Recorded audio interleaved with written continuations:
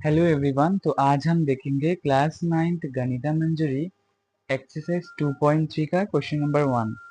ठीक है, तो क्वेश्चन को पहले हम एक बार रीड कर लेते हैं।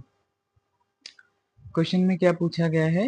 ए student has 500 rupees in her savings bank account. She gets 150 every month as pocket money. How much money will she have at the end of every month from the second month onwards? Find a linear expression to represent the amount she will have in the nth month. एक student के पास उसके bank account में 500 रुपए है और हर महीने 150 rupees उसके bank account में एक्स्ट्रा आते हैं एज ए पॉकेट मनी। तो हमें बताना है कि 2 महीने के बाद से हर एक महीने में उसके बैंक अकाउंट में कितने पैसे होंगे, और nth महीने में यानी कि हर एक महीने 150 रुपीज बढ़ेगा, तो ऐसे करते करते nth महीने में उसके पास कितने रुपीज होंगे। ठीक है, तो इसको हम एक चार्ट की मदद से करेंगे। तो चलिए सॉल्व करते हैं इस क्वेश्चन को। तो हम सबसे पहले क्या करेंगे, एक बॉक्स बना लेंगे। ये है क्वेश्चन आपका 2.3 का। ठीक है, 2.3 का क्वेश्चन नंबर 1 है। तो सबसे पहले हम क्या करेंगे, एक बॉक्स बना लेंगे।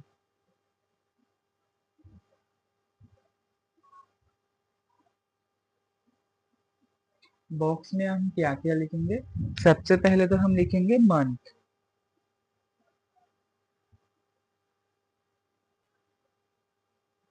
इसमें हम लिखेंगे मंथ। ठीक है, तो हम यहाँ पर लिखेंगे मंथ और इसमें लिखेंगे मनी।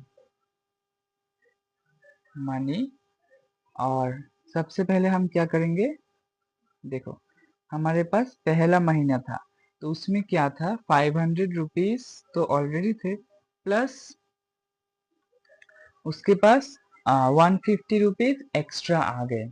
ठीक है, तो हम ऐसे भी मान सकते हैं कि 1 into 150 यानी कि पहले महीने के लिए। ठीक उसी तरह दूसरे महीने के लिए कितना होगा, सेकेंड मंथ 500 ऑलरेडी था, प्लस 2 महीने का 150 रुपीज।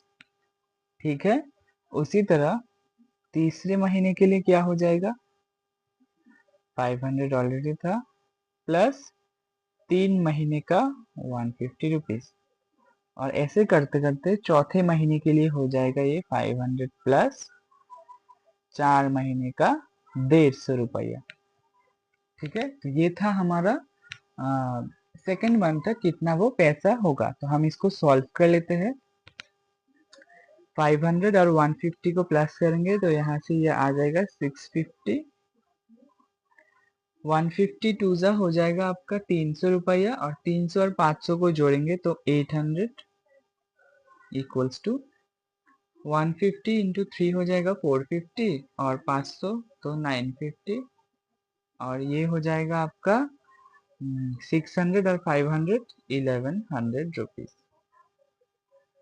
ठीक है, तो ये तो हमारा था 4 महीने तक का सेविंग्स। तो हमें बताना है लास्ट में linear expression for nth month.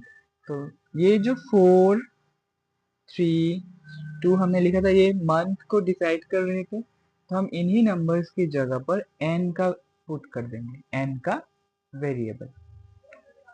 Therefore हम लिखेंगे linear expression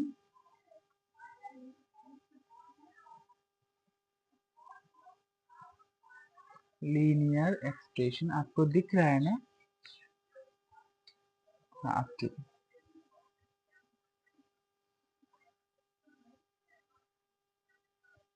of the amount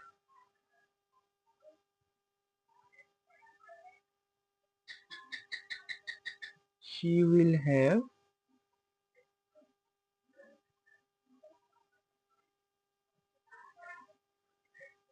in the nth month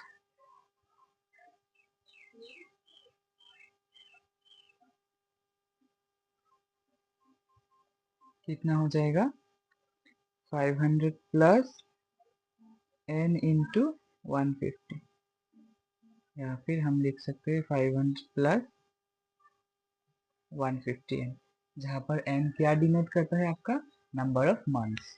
ठीक है, आई होप ये वाला क्वेश्चन आपको अच्छे से समझ में आ गया होगा। तो अब हम देखते हैं क्वेश्चन नंबर 2। क्वेश्चन नंबर 2 आपका इसी प्रोसेस से होगा, फिर भी हम क्वेश्चन को एक बार रीड कर लेते हैं। हाँ, क्या बोला गया है, ए rally starts with 120 members. Each hour, 9 members drop out of the group. How many members will remain after 1, 2, 3 hours? Find a linear expression to represent the number of members at the end of nth hour.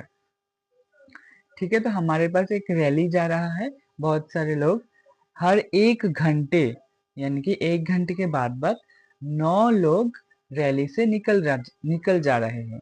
यानी कि total हमारे पास 120 members थे rally में।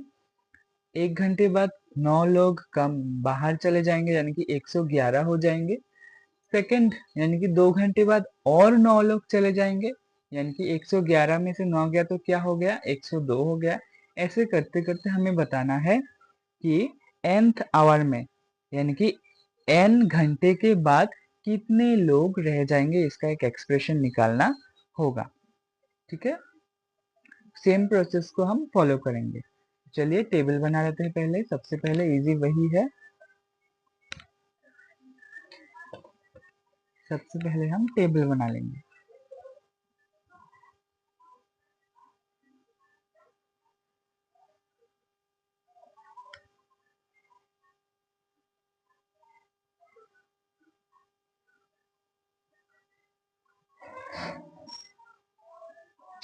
यहाँ पर हम देखेंगे our, यहाँ पर लिखेंगे members.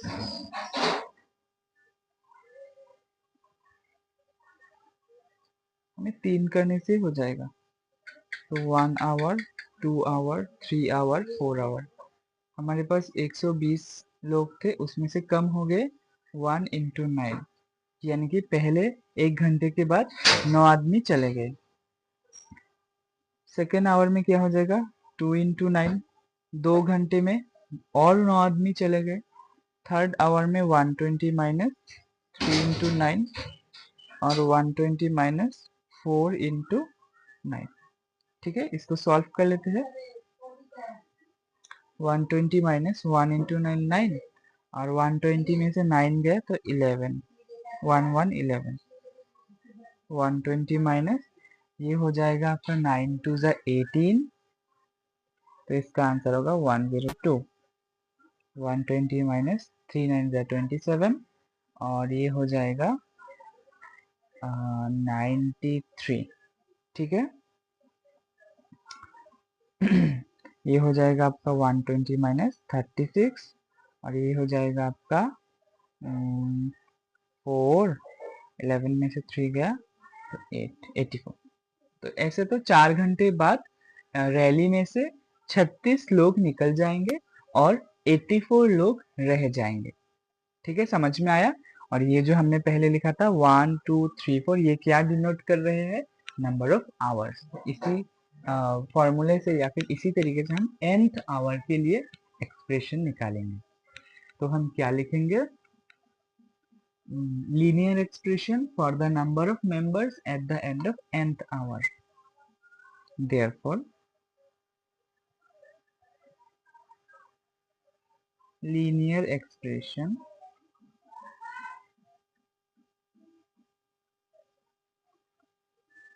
for the number of members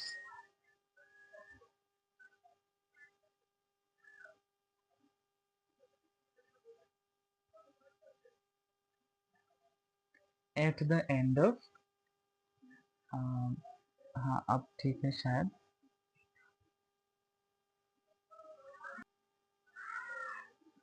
at the end of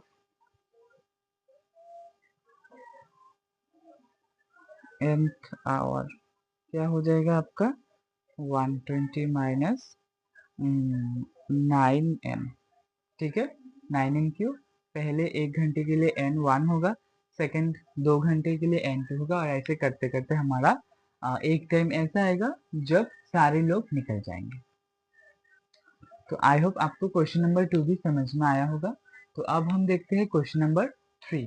पहले एक बार रीड कर लेते हैं क्वेश्चन को।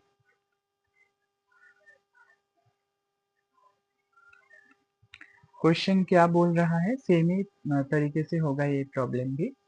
Suppose the length of a rectangle is 13 centimetre, find the area if the breadth is 12 centimetre, 10 centimetre and 8 centimetre. Find the linear pattern representing the area of the rectangle. तो देखो, हमारे पास एक rectangle है जिसका length है 13 centimetre यानी कि fixed है, लेकिन इसका ब्रेथ कंटिन्यूअसली चेंज होता जा रहा है, यानी कि पहले 12 था, फिर 10 हो गया, फिर 8 हो गया, यानी कि 2 कम हो रहा है। ठीक है, तो इसी प्रोसेस को हम लीनियर एक्सप्रेशन में निकालेंगे या फिर टेबुलर फॉर्म में रिप्रेजेंट करेंगे, ठीक क्वेश्चन नंबर 2 और 1 की तरह। तो चलिए सॉल्व करते हैं। ये है हमारा क्वेश्चन नंबर 3। सबसे पहले हम बॉक्स बना लेंगे। आई थिंक इतना बॉक्स काफी है, छोटा करके बनाने से हो जाता है। यहाँ पर हम लिखेंगे लेंथ और यहाँ पर हम लिखेंगे ब्रेथ। तो लेंथ तो हमारा तीनों केसेस में फिक्स्ड रहेगा,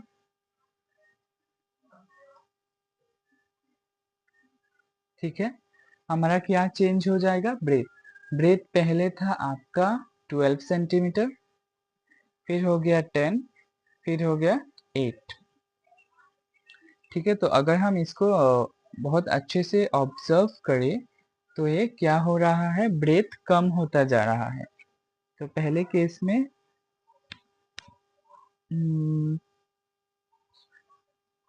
हम इसको ऐसे भी लिख सकते हैं कि 12 माइनस 0 इंटू 2, ठीक है।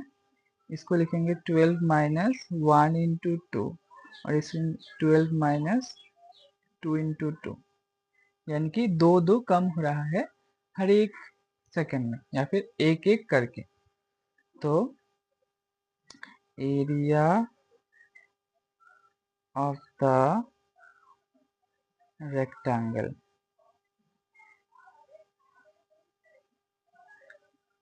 लेंथ हमारा 13 इंटू ब्रेथ हमारा 12, ये हो जाएगा आपका 6 और 5 और 1, 156 हो जाएगा, ठीक है, सेंटीमीटर स्क्वायर। ठीक उसी तरह ये तो पहले केसेस में, तो हम सारे केसेस के लिए निकाले थे, फिर इसका एल्जेब्रिक या फिर लीनियर एक्सप्रेशन निकालेंगे। तो सेकेंड केस में हमारा 13 होगा लेंथ, ब्रेथ होगा 10, और थर्ड केस में लेंथ 13, ब्रेथ होगा 8। फिर से हम निकाल लेते हैं area of the rectangle.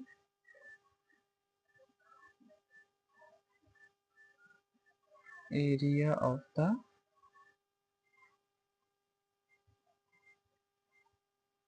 Rectangle क्या हो जाएगा, लेंथ इंटू ब्रेथ। लेंथ आपका 13 सेम और ब्रेथ इस बार हो गया है 10, तो ये हो जाएगा 130 सेंटीमीटर स्क्वायर, ठीक है।